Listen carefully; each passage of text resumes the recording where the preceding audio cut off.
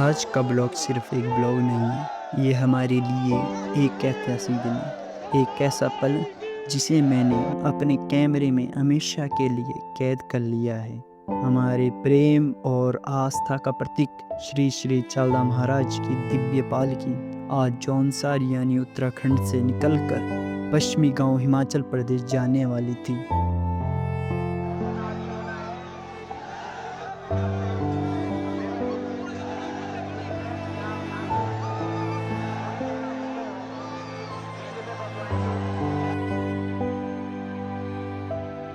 मैंने देखी है तेरी लीला प्रभु, कहीं तेरे आने की खुशी में आंखें तरस गई और कहीं तेरे जाने पर आंखें नम हो गई। ये पल हमारे लिए आसान नहीं था, क्योंकि पिछले करीब 3 साल से महाराज जी हमारी खत भचगांव और गांव दसों में निवास कर रहे थे। और आज महाराज सिर्फ हमारी खत को नहीं बल्कि हमारे पूरे राज्य को छोड़कर पड़ोसी राज्य हिमाचल की यात्रा पर जा रही थी।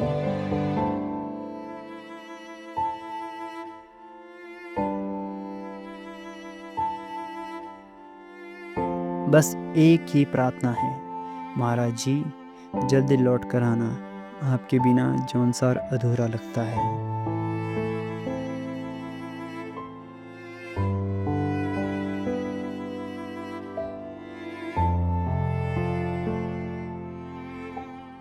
इस ऐतिहासिक यात्रा को मैंने और मेरे जीजू ने विकास नगर से प्रारंभ किया। जैसे जैसे हम विकास नगर की भीड़ भाड़ से बाहर निकलकर गांव के रास्ते पर आए, एक अलग ही सुकून महसूस होने लगा।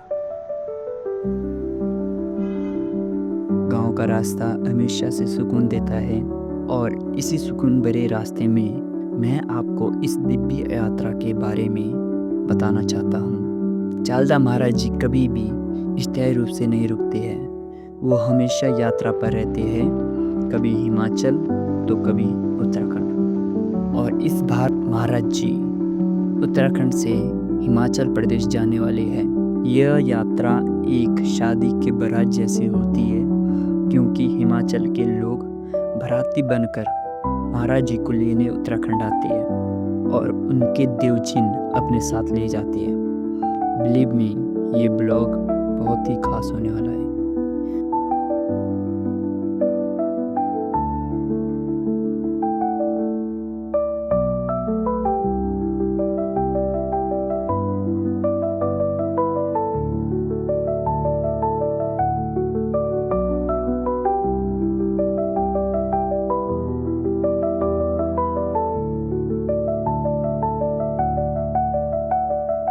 रास्ते में हमने गाड़ी को नहलाया, उसके बाद तो लग रहा था जैसे हमारी गाड़ी फिर से चमक उठी हो।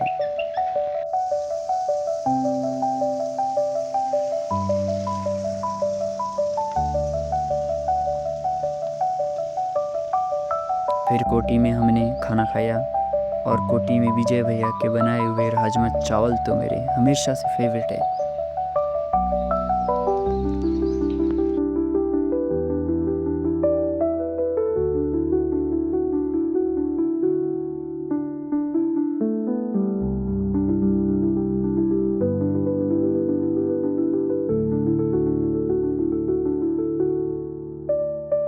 टिक्करधार में हमने चाय की चुस्की ली और फिर सीधे अपने गांव, अपने घर पहुंच गए।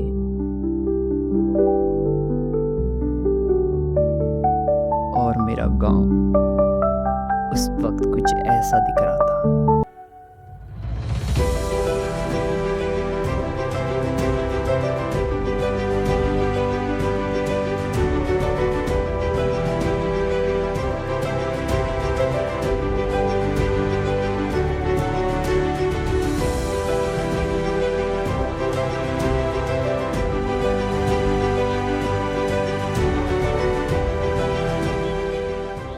अगले दिन हम दसों पहुंच गए और उस वक्त दसों का मंजर कुछ ऐसा था।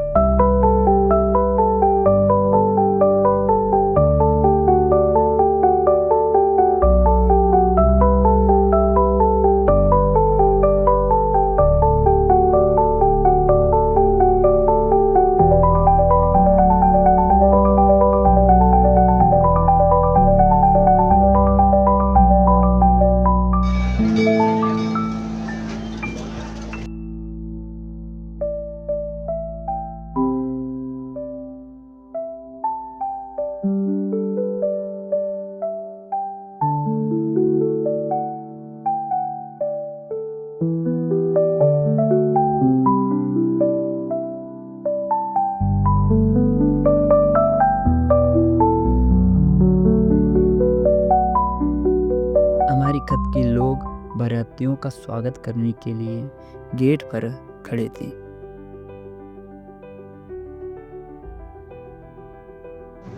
पड़ोसी राज्य हिमाचल सिरमौर गांव पुष्पी पहुंच चुके हैं हमारी दसों की लिटरली लगभग 120 गाड़ियां बारातियों की पहुंच चुकी थी।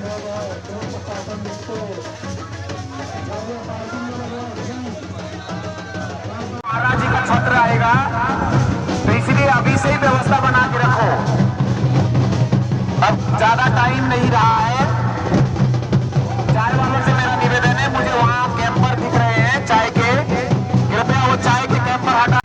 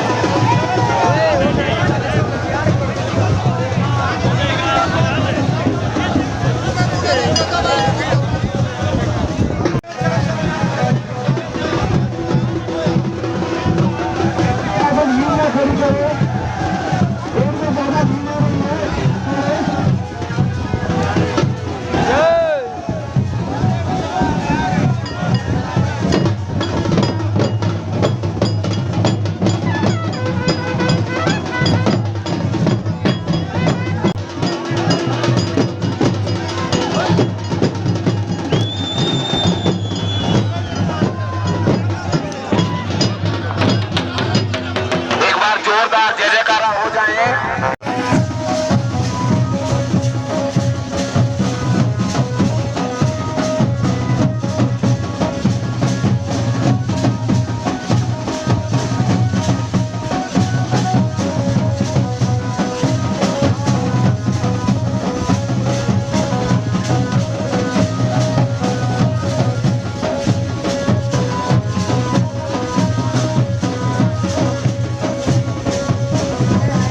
केवल बाराती लोग ही उस नृत्य में सम्मिलित हो।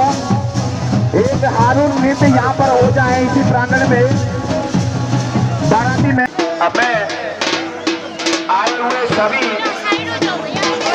मेहमानों का दसों की ताती माटी में समस्त खत की ओर से हार्दिक अभिनंदन और स्वागत करता हूँ। और फिर से एक हारून नृत्य का घोड़ा खाली कर देते तो बहुत अच्छा रहेगा। सभी लोगों से मेरा निवेदन है, हमारे खत के वासियों से भी, जो घोड़ा खाली करवा दें।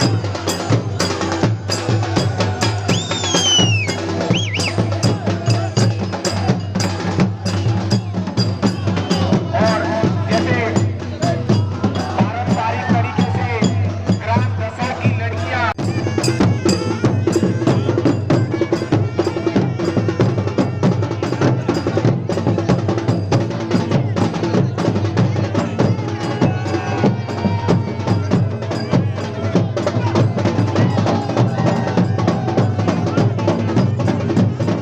अब जलपान के बाद ही हमारे सारे अतिथि मेहमान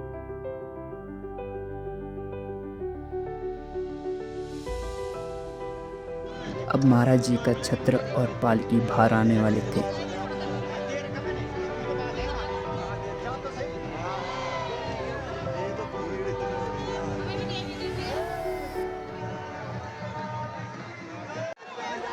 कुछ लोग तो उनकी विदाई के लिए आए थे और कुछ लोग स्वागत के लिए।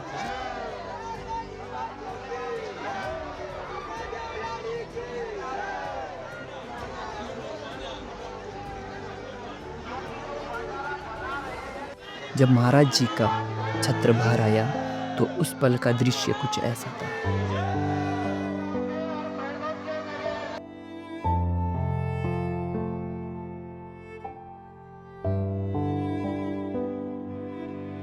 फिर पालकी भी बाहर आई।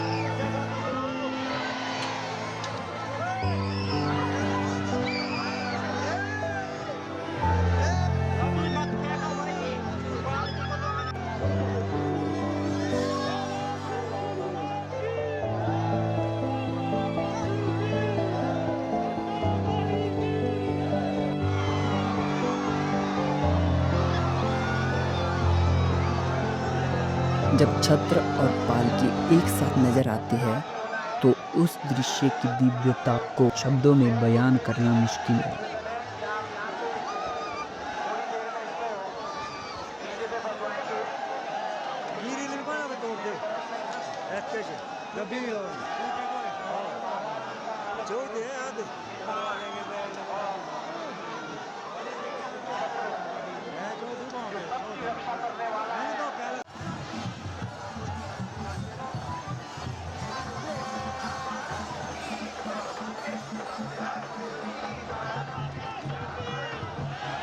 पालकी को स्पर्श करने के लिए असंख्य लोग पालकी के पास आकर खड़े हो गए। हर किसी के आंखों में आस्था थी और दिल में एक अजीब सी प्यास था।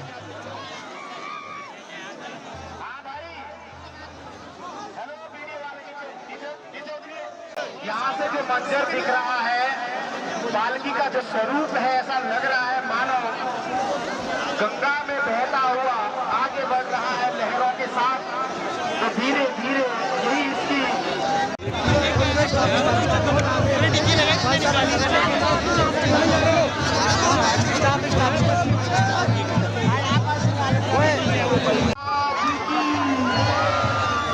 छत्रधारी चालता मासू महाराज की, चालता मासू महाराज की, बोलो छत्रधारी महाराज की।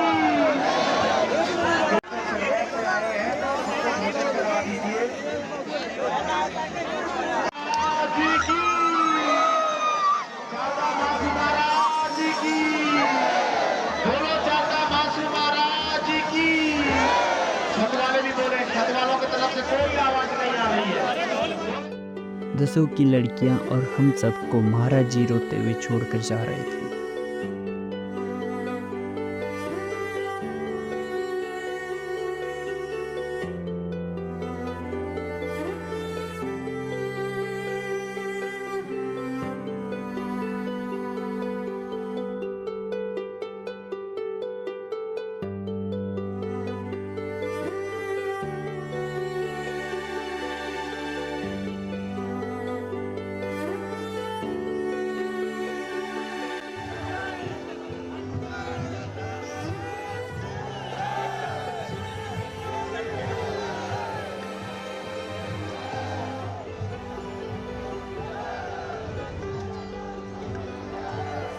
प्रभु, आप निगाहों से दूर जा रही हैं पर दिल से नहीं।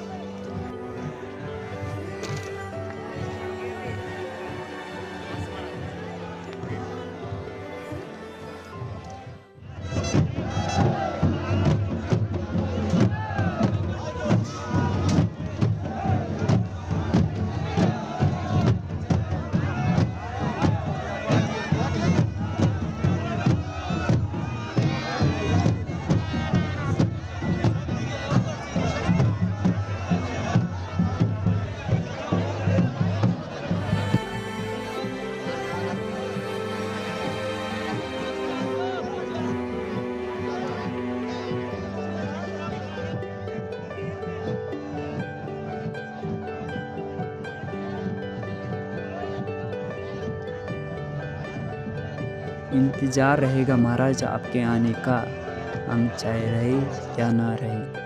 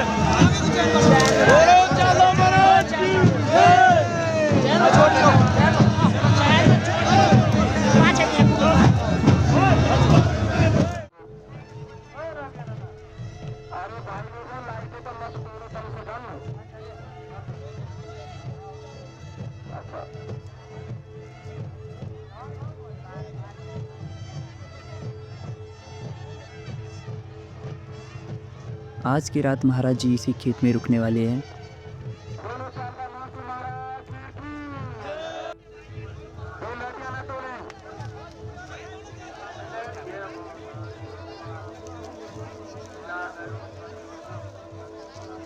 मुझे लग रहा है आप लोग ज्यादा ध्यान रख रहे हैं इस विषय में।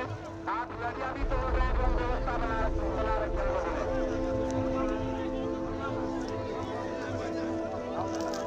आज की रात महाराज जी हमारे साथ और हम महाराज के साथ होंगे। ये रात हम सब के लिए यादगार रात बनने वाली है, क्योंकि आज की रात हम सब उनके साथ जग कर बिताएंगे।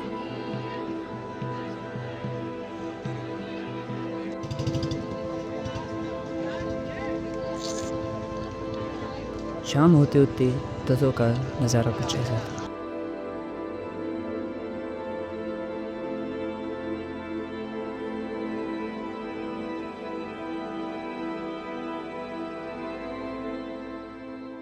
हमको नींद नहीं आ रही है और हमको रात भी काटनी है, तो सोचा वीडियो भी बना लेती है, आपके साथ साझा करेगी। ये तो सारी जली में उठाओगे हाथ जल जाएगा।